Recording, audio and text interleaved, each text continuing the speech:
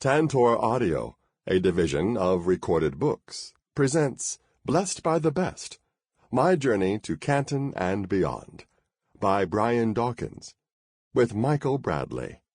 Narrated by Mirron Willis. Chapter 1. Blessed by the Best. There was no doubt I would head out onto the stage at Tom Benson Stadium in Canton for the 2018 Hall of Fame enshrinement ceremony in full bear crawl mode. This was about me and all of my beloved fans. For most of them, we had been partners for more than 16 years there, and I was going to do the same thing I did on game day. Instead of playing with great energy, I would be talking with great energy from my heart, and that's why I came out onto the stage in my Weapon X crawl. I was going to do it one more time for the crew that had helped me get to Canton. I was going to do it for the group that respected the man I am, not just the athlete. The get knocked down and get back up again with a new fire lit man that I am.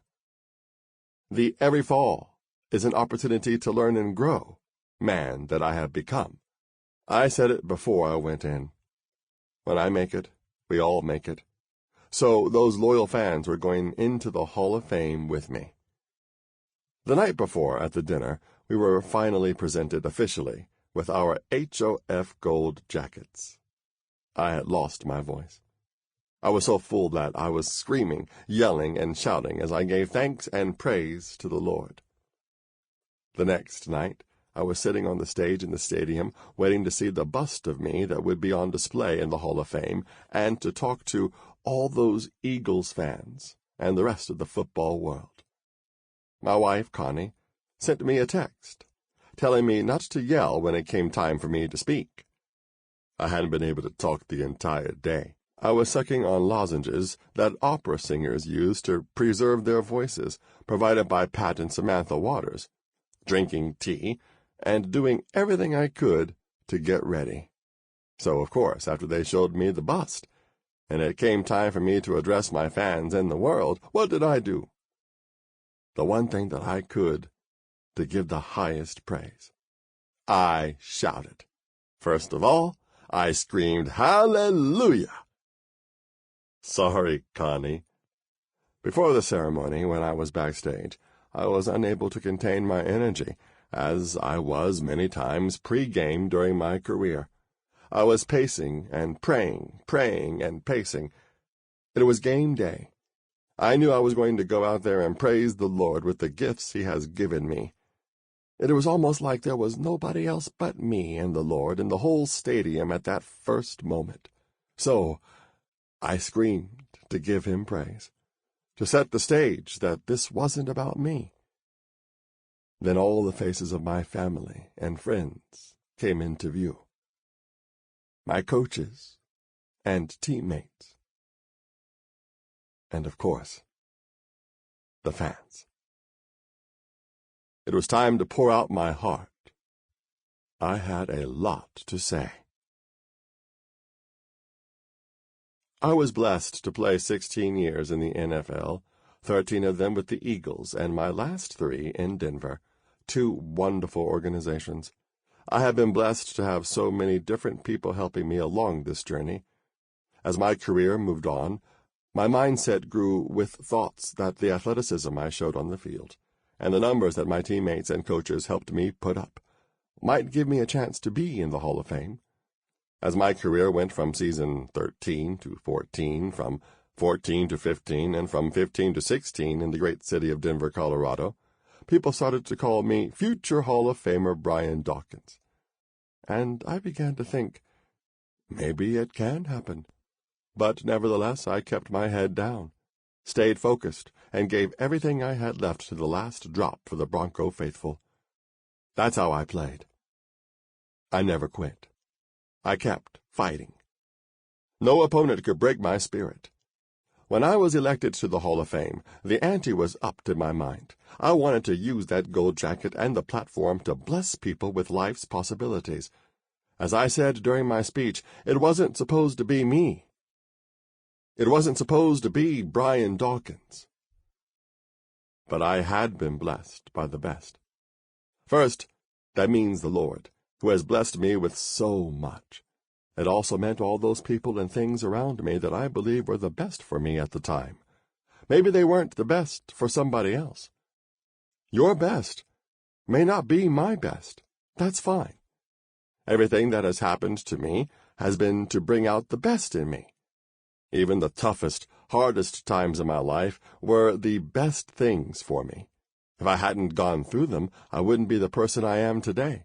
You have to make the conscious decision to look for the best, the good, the right things.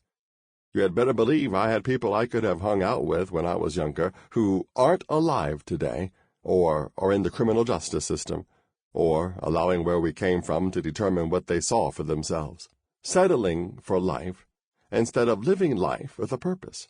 If I chose to be with them, my life would have been different. My career that has touched so many would not be. My family would not be. The lives my story will now bless would not be. But I chose to hang out with different individuals, and here I am to tell the story. The elementary school I went to was within walking distance of my family's home in Jacksonville, Florida. But don't be fooled. That joker was about 3 miles away. We didn't take the shortcut through the woods, which made it even longer.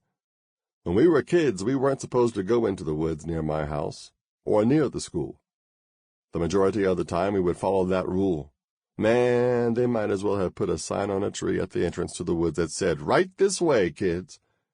As kids, we did what kids do from time to time. We bent a few rules. One day in particular was supposed to be a great day.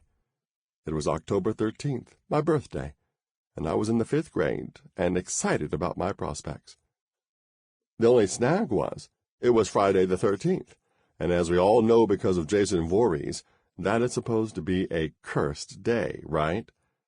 I can't remember everything that happened that day, but I do remember getting written up for misbehaving in school and being sent out of the class. That hardly ever happened. My friend and I decided to leave school early before the bell rang to dismiss us after I left the principal's office. 1, to beat the crowd. Secondly, so we could bend a rule. So which way do you think we took heading home? That's right. As we were walking in the woods out of nowhere, it seemed, an older man started walking at a distance behind us. We didn't pay any attention to him, but all of a sudden he yelled, "Hey kids, come here." We started walking faster, and he yelled, "What are you doing back here?" and started running after us. We took off, running as fast as our little legs could go. All I can remember is that I was faster than my friend.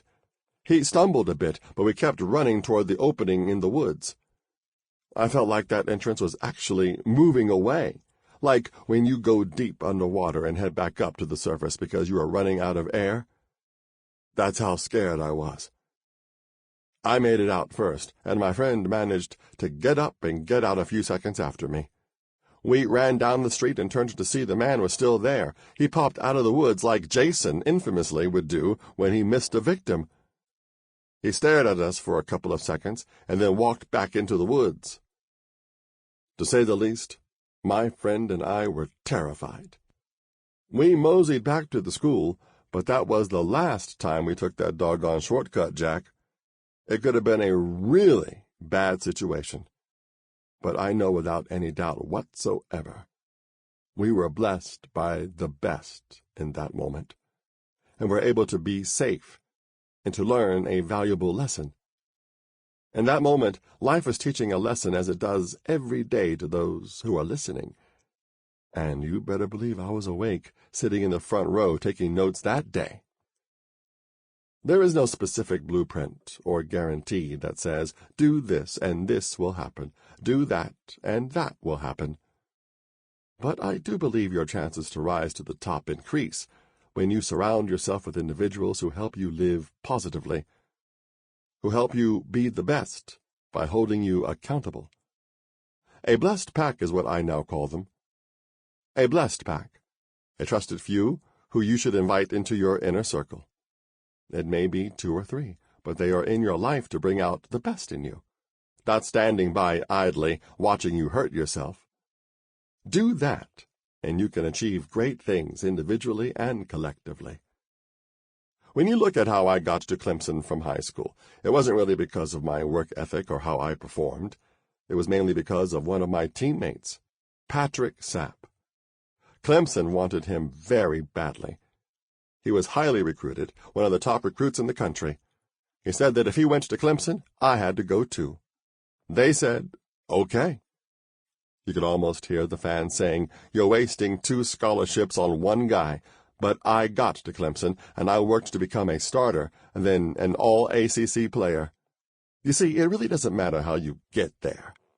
What matters most is what you do with the opportunity. The Eagles didn't draft me until the last pick of the 2nd round, with a supplemental pick. So it was really the beginning of the 3rd. I was constantly told that I was a tweener. I could play corner and safety, but wasn't ideal. So I dropped in the draft to that spot, thanks to people like Emmett Thomas, Ray Rhodes, John Wooten, William Willie T. Thomas, Mark Woodard, Irving Fryer, and Jim Johnson, and Troy Vincent, and many others. I became a starter and a Pro Bowler and an All-Pro, and finally, a Hall of Famer. Now I've reached the Hall of Fame.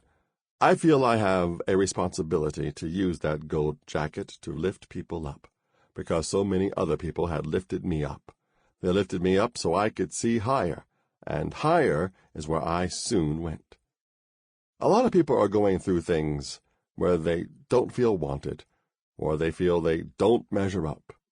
They don't feel they are getting the accolades they deserve, or the simple affection they need. Not everyone can be a Hall of Famer in football, but people can learn what their gifts are and how they can surround themselves with people who help them be the best they can be. That gold jacket is one of the brightest colors you can have, and I pray for people to see me in it and know through reading this book that they can be the best versions of themselves. And the best versions of themselves are waiting, as mine was then, and even now, because we should be forever growing in some area. Because I had a good friend, Pat Sapp, who put in a good word for me, I was given the opportunity to grow and become who I am. Because of what my father taught me, which was never to quit, I grew into the man I am today. Finish what you start. Because of what my mother taught me, which was to keep fighting until they pulled you off the person, I grew to be who I am today. Be a pullback player. Because my basketball coach in high school, Coach Humphrey, couldn't break me, I grew to understand and believe no one can. Mental toughness. Because Coach Black in high school showed me I was smart enough to learn if I did things a little differently, I grew to understand that I could make good grades consistently. Take ownership of things. Because Troy Vincent showed me how to be a professional, I became an all-pro in many areas. Professionalism. Those are some of the blessed by the best people that you will soon hear about, who showed me not just how to be better in different situations, but most importantly, to think different. So when I found myself in the situations that followed, I was better. So much better. Gaining more and more confidence. I kept going and kept going, and growing and growing, till I found myself with a gold jacket. When I retired, the 5-year wait before I would be eligible for the Hall of Fame seemed to be a long time. My first real thought after my retirement was that I could exhale and do absolutely nothing.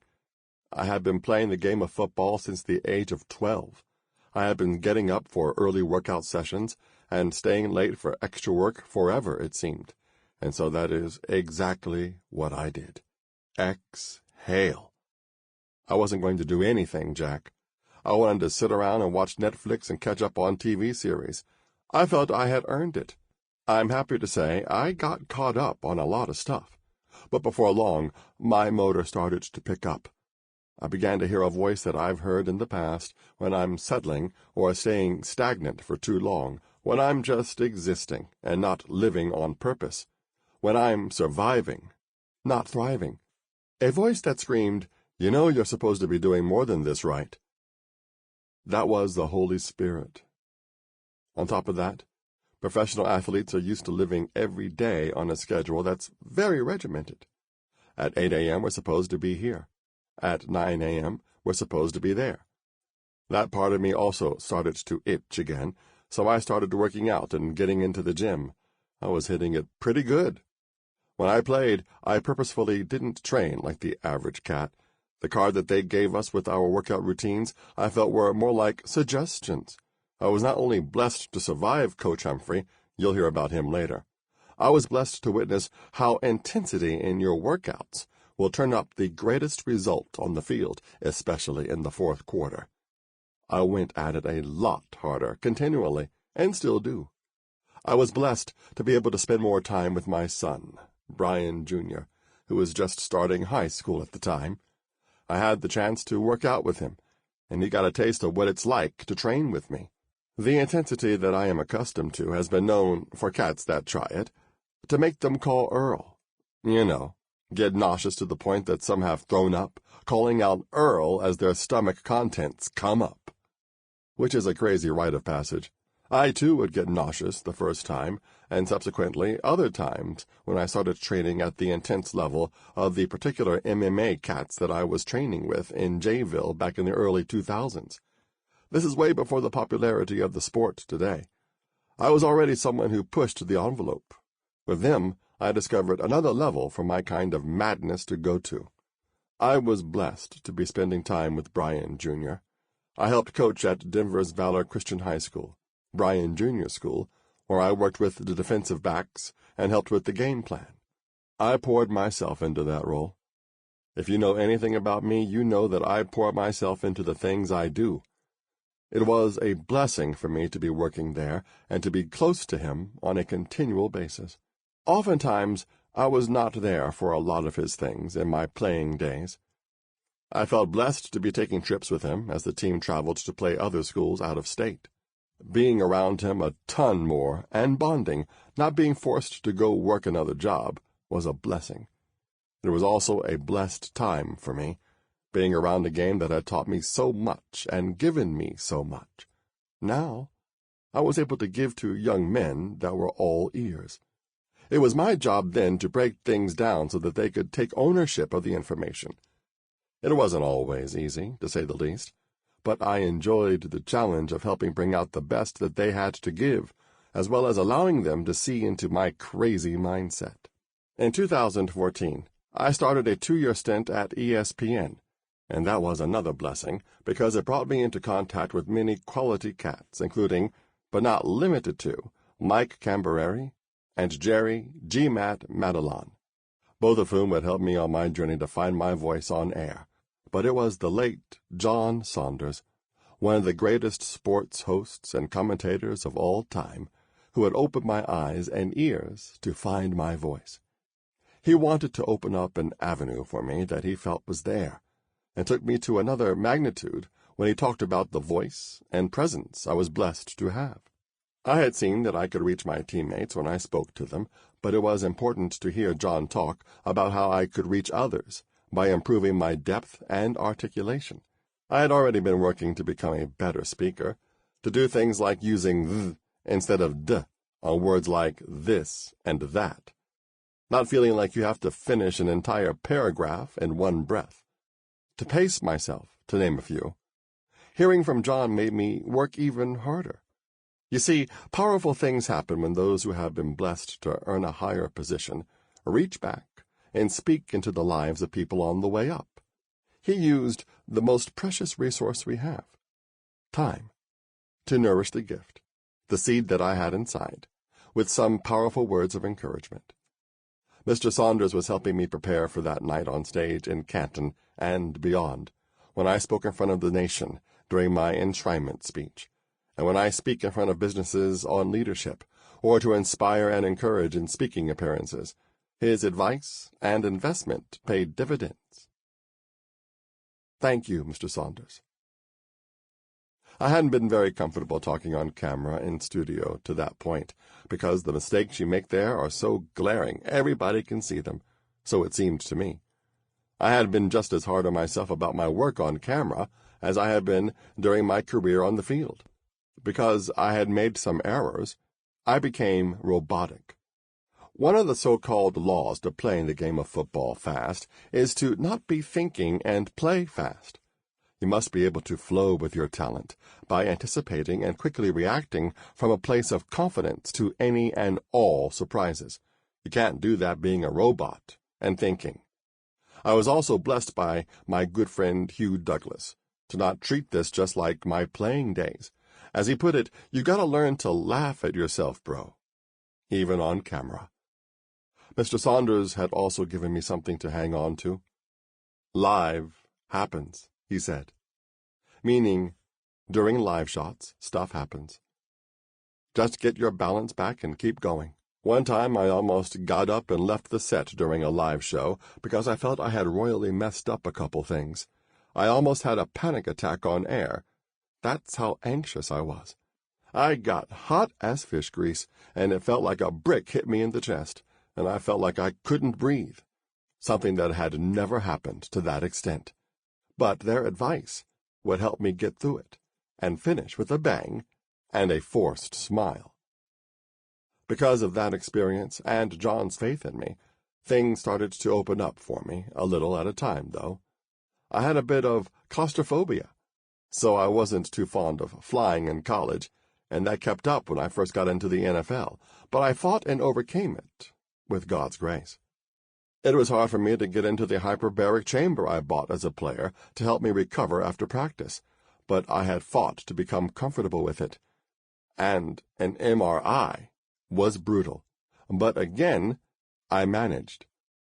But because of that panic attack I had on air, those familiar phobias came rearing back, to the point that I could get hot and felt like I couldn't breathe when I had to fly back and forth from Denver to ESPN in Bristol. But as I worked on my ability to speak better and control myself on the set, I started to learn how to handle other anxieties and to ward off all panic attacks. I'd have to thank my lovely bride, Connie, for this one, though. When she was pregnant with each of our 4 kids, we did Lamaze classes.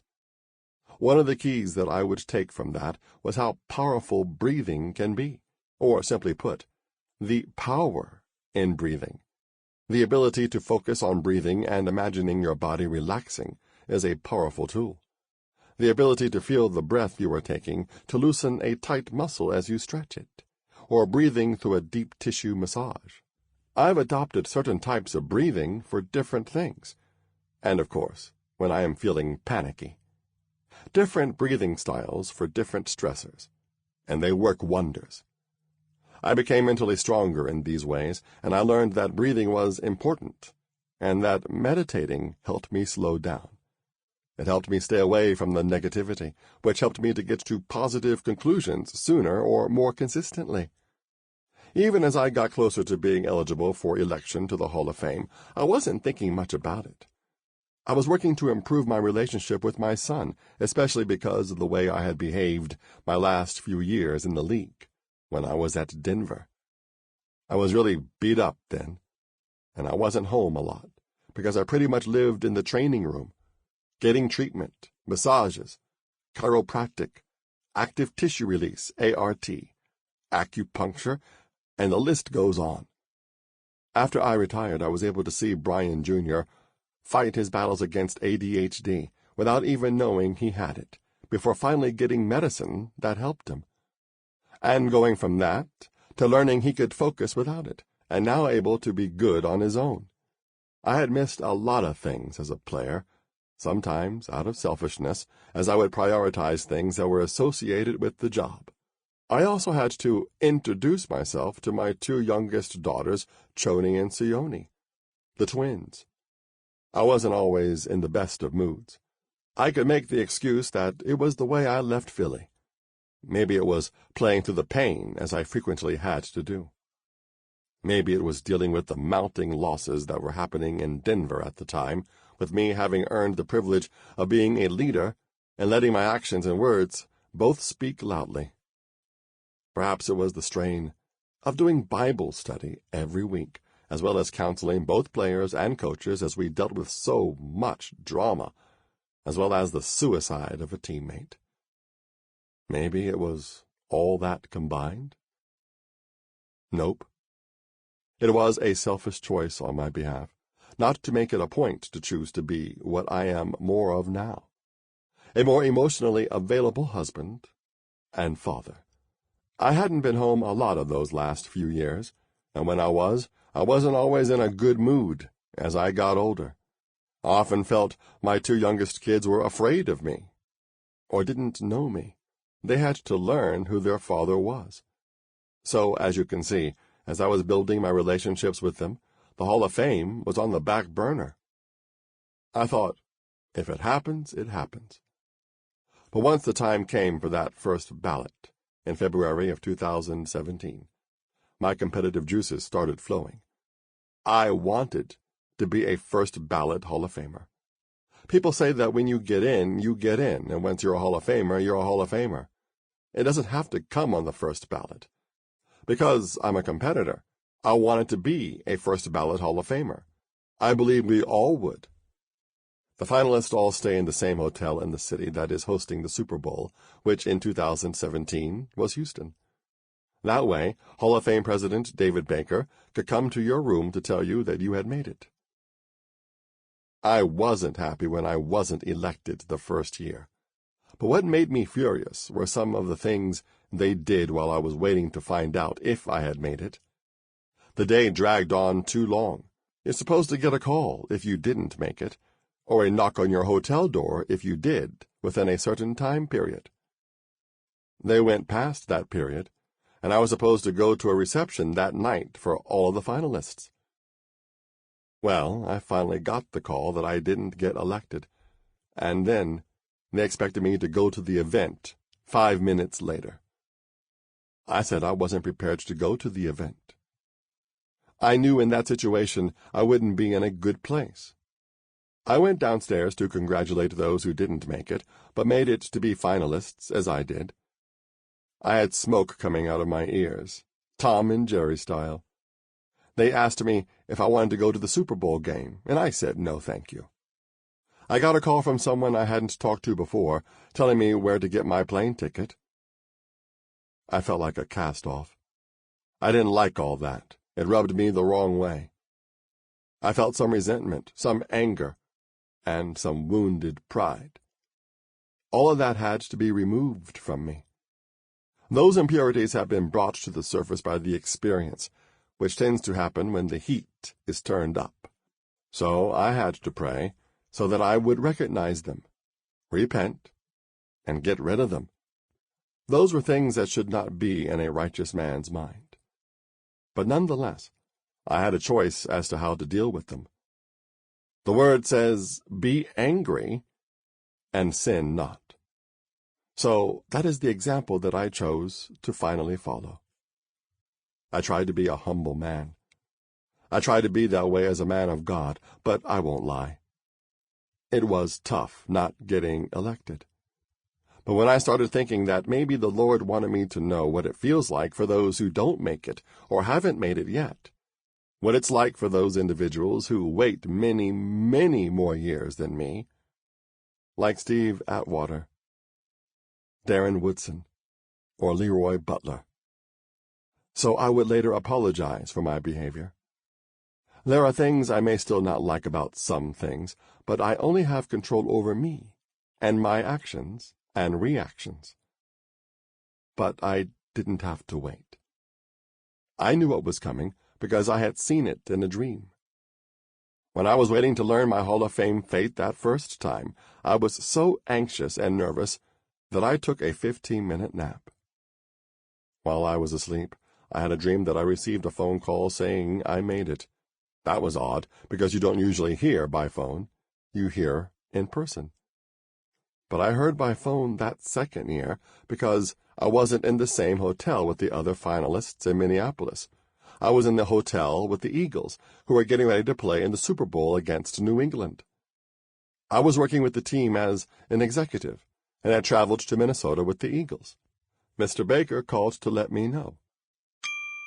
Sample complete. Ready to continue?